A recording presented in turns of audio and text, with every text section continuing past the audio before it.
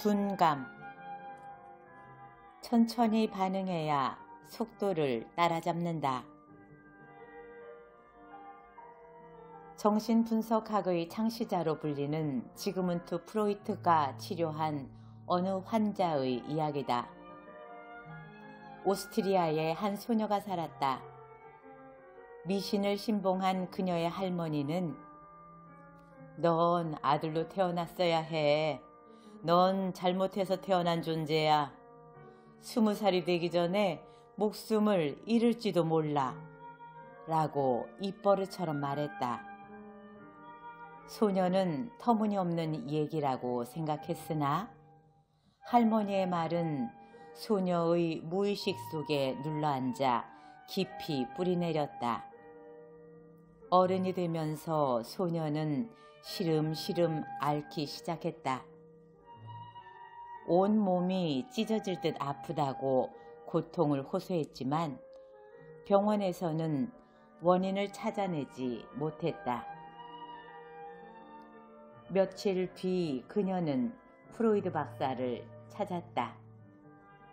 소녀의 육신이 아닌 정신을 한참 동안 들여다본 프로이트가 말했다. 의료진의 판단이 옳다면 당신의 몸 상태는 지극히 정상입니다. 단지 어릴 적 당신의 마음을 휘감은 할머니의 부정적인 말과 표현 때문에 그렇게 느끼고 생각하게 된 겁니다. 타인이 지은 말의 감옥에 갇혀선 안 됩니다. 이제 그곳을 벗어나세요. 예나 지금이나 동서고금을 막론하고 칼에 베인 상처는 바로 아물지만 말에 베인 상처는 평생 아물지 않는다는 말은 진리에 가깝다. 숨막히는 세상이다. 정제되지 않은 예리한 말의 파편이 여기저기서 튀어올라 우리의 마음을 긁고 핥힌다. 이같이 난잡한 세상에서 허덕지덕 힘겹게 버티다 보면 헷갈리는 게 있다. 날카로운 언어의 창이 우리를 겨눌 때 촉수를 곤두세우며 예민하게 반응해야 할까, 아니면 외부적 자극에 둔감하게 반응하며 무덤덤하게 임해야 할까? 소설 신라권의 저자로 잘 알려진 와타나베 주니치는 이런 고민에 휩싸인 이들에게 둔감력이 필요하다고 조언한다. 와타나베 주니치는 둔한 감정과 감각이라는 뜻의 둔감에 힘을 뜻하는 역자를 붙인 둔감력이 삶의 원동력이 될 수 있다고 말한다.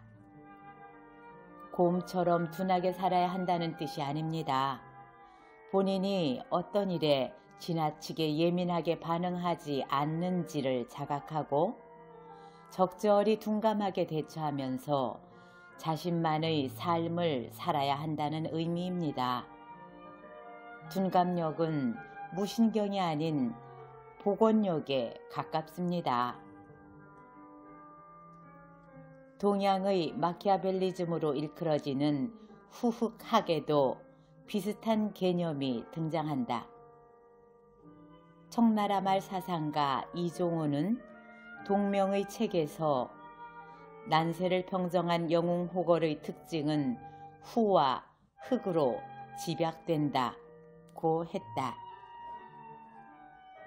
여기서 후는 얼굴이 남보다 두터워 감정을 쉽게 들키지 않음을 뜻한다. 흑은 글자 그대로 검은 것이다. 그냥 검은 게 아니라 타인이 마음을 간과할 수 없을 정도로 깊고 새까맣다는 의미다.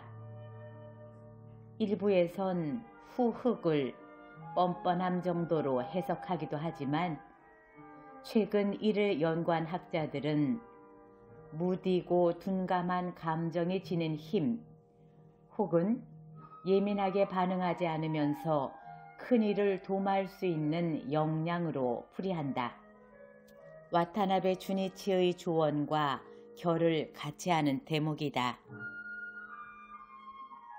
둔감력은 좌절감을 극복하는 마음의 근력 또는 힘을 의미하는 회복 탄력성 같은 단어와 어감이 묘하게 겹쳐진다.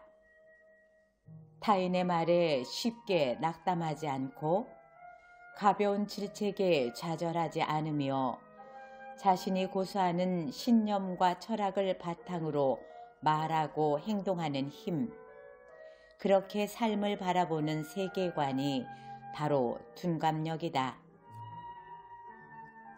장자 달생편을 보면 목회, 그러니까 나무닭에 대한 이야기가 나온다. 닭싸움에 심취한 왕이 닭 조련사에게 명령을 하달한다. 세상에서 가장 용맹한 닭을 조련시켜서 내게 보여주게.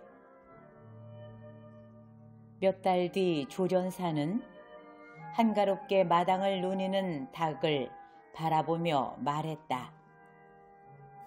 바로 이 닭이 폐하께서 찾던 천하 무적 닭입니다.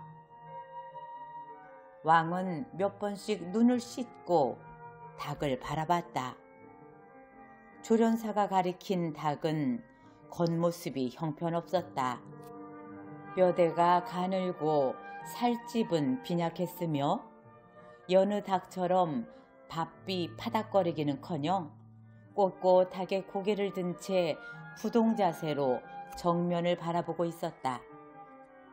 잔뜩 실망한 왕은 헛기침을 크게 하며 따지듯 물었다. 어흠, 여보게, 내가 보기에는 그냥 거뭇한 나무 토막 같군. 저런 닭이 어찌 천하무적일 수가 있나? 겉으로 보기에는 하잘것없지만 나름의 장점이 있는 닭입니다. 저 닭은 아무리 덩치가 큰 닭이 덤벼도 허점을 보이거나 미동을 하지 않습니다.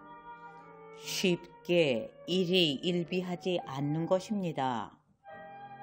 그러면 공격하던 닭은 제 풀에 지쳐 슬그머니 꼬리를 내립니다.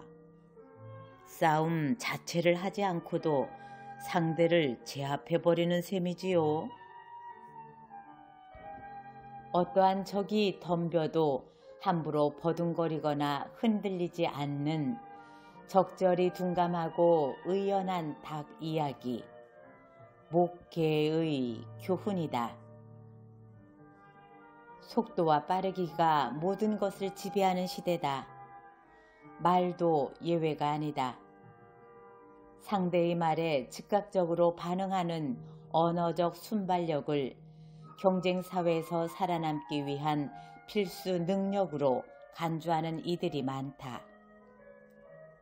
그러나 난 적절한 의연함을 유지하면서 남보다 유연하게 말하는 목계 같은 사람과 대화를 나눌 때 오히려 더 큰 즐거움을 느낀다.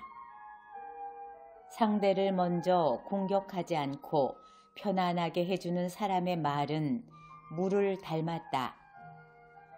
천천히 흐르면서 메마른 대화에 습기를 공급하고 뜨거운 감정을 식혀준다. 언행과 행실에 수기가 들었다고나 할까? 그런 언어는 내 귀로 쉽게 흘러들어오고 그런 행동은 내 망막에 또렷하게 새겨진다.